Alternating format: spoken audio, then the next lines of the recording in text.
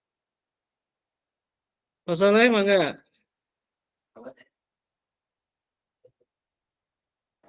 Assalamualaikum. Waalaikumsalam warahmatullahi wabarakatuh. Mas Pak Soleh. Kalau menurut saya yang menciptakan wadah itu adalah si cangkirnya. Kalau seandainya kita ibaratkan misal nih air dalam kendi, kemudian air dalam kendi itu dituangkan ke cangkir. Nah, kalau diibaratkan air itu kan ilmu tadi, air sebagai ilmu. Sedangkan kendi itu diibaratkannya yaitu guru lah. Karena di dalam kendi itu kan banyak air dan di dalam diri seorang guru lah itu banyak bersarang ilmu. Maka ketika air yang dalam kendi tersebut dituangkan ke dalam cangkir, dituangkan tuh dari kendi, dituangkan secara alamiah ke dalam cangkir, maka apapun kandungan yang ada dalam air tersebut, air yang ada dalam dalam kendi tersebut, jika di dalam kendinya terisi air yang bercampur gula, maka nanti ketika dituangkan ke dalam gelas pun maka disebutnya air gula, air manis jadinya. Bila air dalam kendi tadi dicampur kopi, kemudian dituangkan ke cangkir, maka yang ada dalam cangkir tersebut yaitu air hitam berarti yang rasanya pahit kalau memang nggak pakai gula itu. Jadi siapa yang menciptakan kendi tersebut? Ya murid tadi. Karena si murid tadi kalau seandainya salah pilih guru, makanya harus tahu dulu guru, definisi daripada guru itu sendiri. Guru itu siapa sih gitu? Seseorang yang memiliki kualifikasi akademik yang seperti apa sih? Ilmu yang apa yang kita butuhkan? Maka kita jangan sampai salah mengambil guru. Makanya kita juga harus si muridnya juga harus hati-hati ketika mencari guru. Mungkin begitu. Jadi kalau saya ibaratkan ini mah ya, jadi air itu sebagai ilmunya, sedangkan kendi itu ibaratnya guru, kalau cangkir ibaratnya mahasiswa lah kalau kita tema gitu. Ibaratnya mahasiswa yang butuh kepada air yang ada dalam kendi, maka apapun yang dituangkan air dalam kendi tersebut, kalau airnya manis jadi manis, kalau airnya pahit jadi pahit gitu. Gitu Pak dosen. Kurang lebihnya mohon maaf. Oke, terima kasih. Pak Kiai Soleh, bolehkah saya bertanya? Siap Pak dosen. Oke ya. Saya bertanyanya tentang kendi dulu nih, Pak. Oke.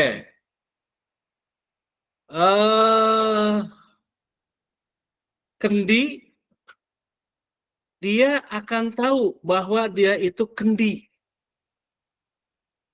Dan kendi pasti tahu dia berasal dari tanah. Ya, di tanah. Kenapa? Karena kendi berasal dari tanah. Tetapi tanah belum tentu mengenali kendi. Karena tanah belum menjadi kendi.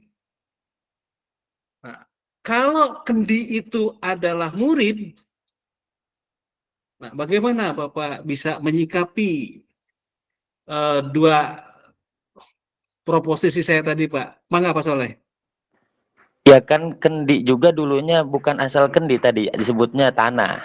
Guru juga dulunya bukan guru, murid dulu. Maka dia berproses lah di situ. Sehingga dia itu bisa menjadi guru gitu Pak dosen. Betul. Tadi kan ada kata murid jangan salah pilih kepada guru. Betul Pak Kiai ya? Siap, Pak dosen. Nah, maksud saya, umpamakan murid itu adalah kendi. Umpamakan kendi ya. Dan kendi gitu. Jadi kendi itu dia tahu bahwa dia itu kendi. Kendi berasal dari tanah. Tetapi tanah belum tentu bisa mengenali kendi. Karena tanah belum menjadi kendi. Nah, mungkinkah seorang murid mampu eh, mengenali kualitas gurunya gitu? Mangga Pak Gesoleh, mangga punten. Ya mungkin ya. Ya Heeh. ini dari zaman sekarang juga kan ketika mau mencari katakanlah pondok pesantren atau sekolah yang dilihat backgroundnya bukan gurunya dulu justru. Betul. Nah maka kita tuh harus tahu oh si kendi ini terbuat dari tanah apa nih gitu.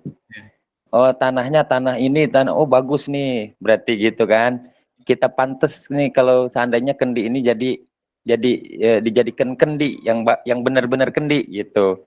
Kayak zaman sekarang kan gitu. Yang penting mah fasilitasnya mewah, megah, ya tak peduli siapa itu kendinya gitu. Karena dia tidak tahu terlebih dahulu kendi itu memang terciptanya dari tanah apa gitu. Kan tanah juga Oke. banyak. Oke, jadi kalau begitu apa bantuan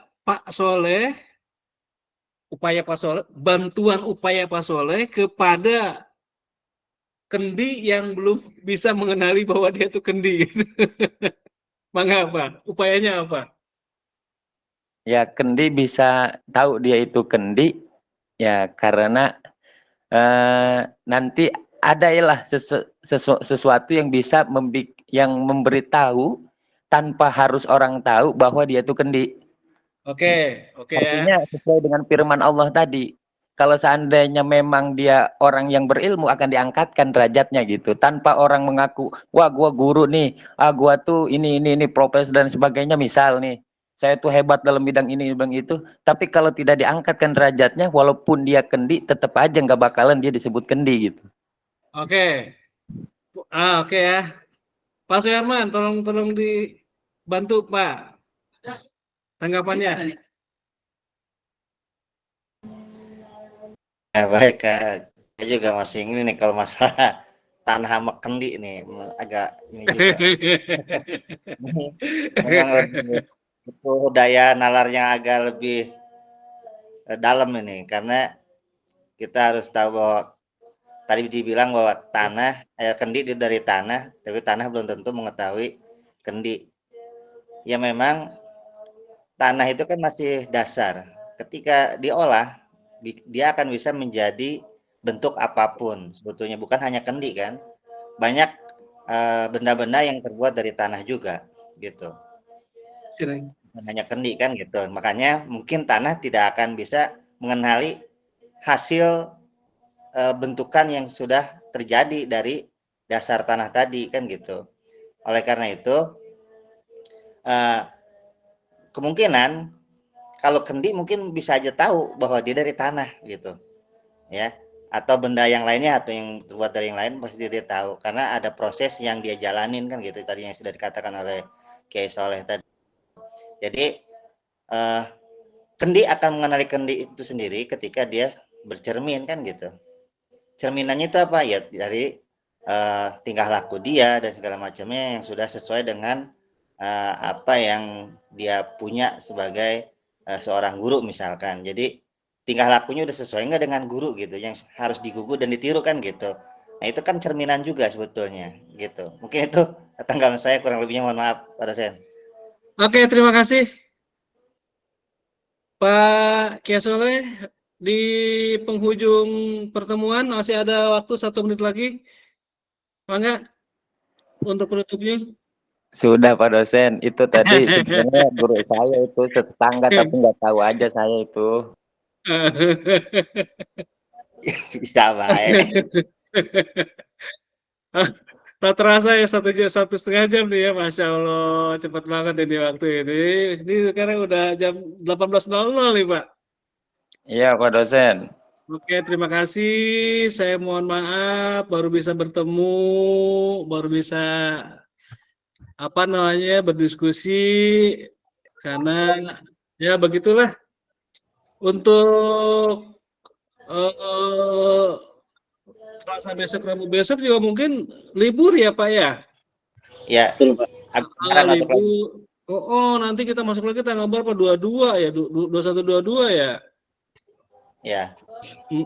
Oke, saya ucapkan mohon maaf lahir batin, selamat berpuasa, selamat hari raya Idul Fitri. Mungkin nanti kita tidak pernah ketemu di hari Idul Fitri. Idul Fitri, mudah-mudahan mudah-mudahan ilmu ini berkah, mudah-mudahan kita semuanya dipanjangkan umur, diselamatkan, Amin ya Allah. dimudahkan rezekinya. Amin. Kita tutup dengan doa kafaratul majlis. Bismillahirrahmanirrahim. Subhanaka wa bihamdika Allahumma astaghfiruka wa atubu ilaik.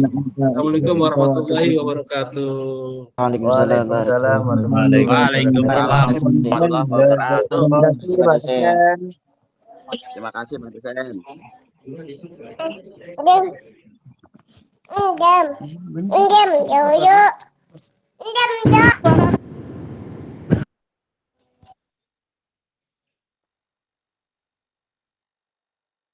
Itu tesnya pada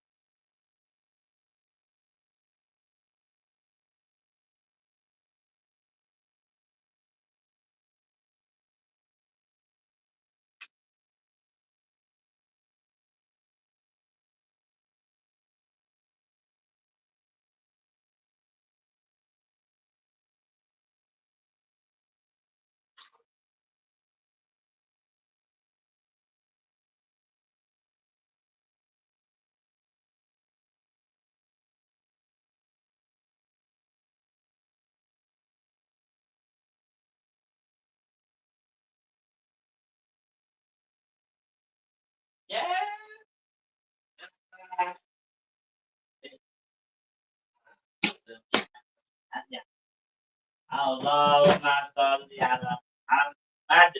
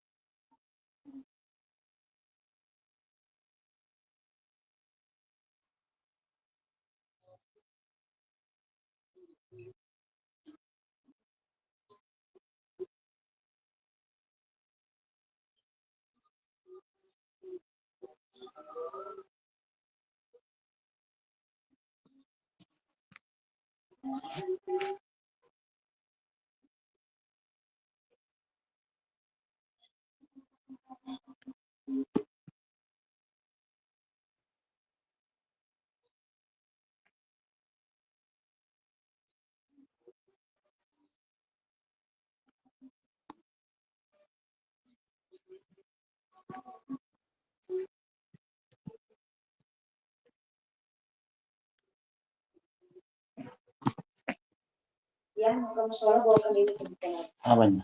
Apa? Iya. Apa? Musola deh. Maghrib.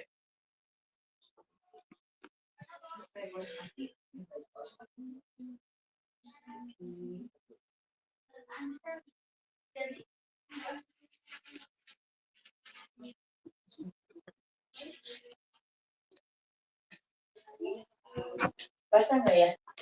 Enggak.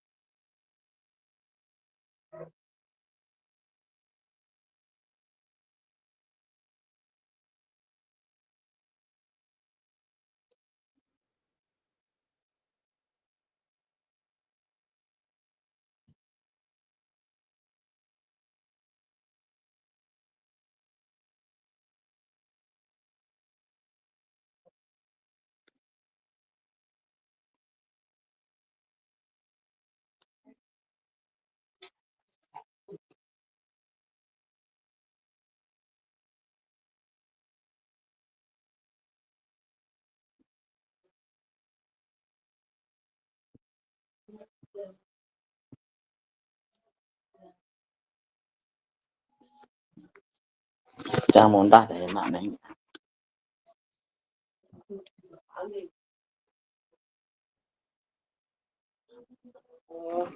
Kalau udah muntah nggak grog-grog. Siap. Ya. Itu ayah ngedeketin dia nengok. Halo.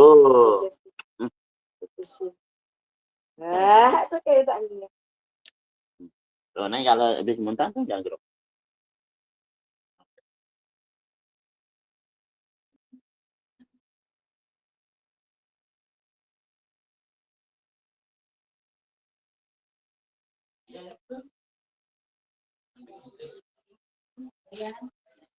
Nanti gitu. Oh, udah nggak grog-grog kalau udah muntah. Iya, nah begitu caranya.